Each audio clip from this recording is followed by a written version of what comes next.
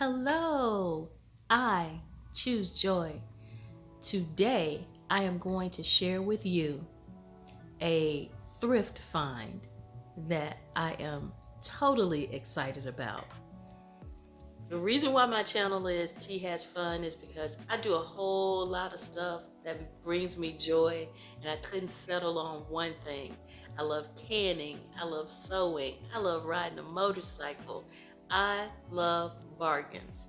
So this bargain was bought with a premise in mind to be used for a charcuterie board. Yes. So come on, let's see what happens.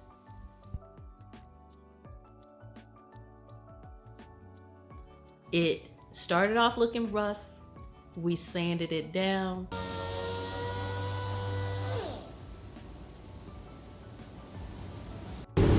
All day. Oh, wow. You can tell the difference from the top to the bottom. And I'll show you the finished product.